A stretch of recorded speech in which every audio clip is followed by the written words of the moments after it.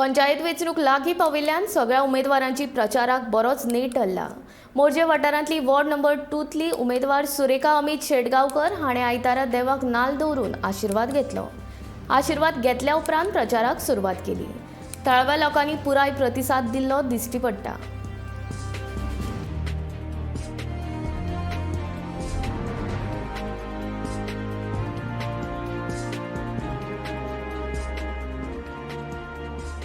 येता त्या 10 तारखेक तुमच्याकडे मागता कपाटावरच शिक्का मारून म्हाका विजयी करा आणि तुमचो आशीर्वाद म्हाका जावो हीच माझी अपेक्षा।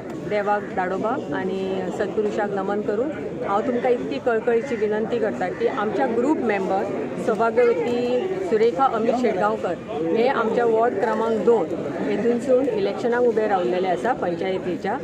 आमचे ग्रुप मेंबर ते श्री सत्पुरुष दाडोबा सेल्फ हेल्पचे ग्रुप मेंबर।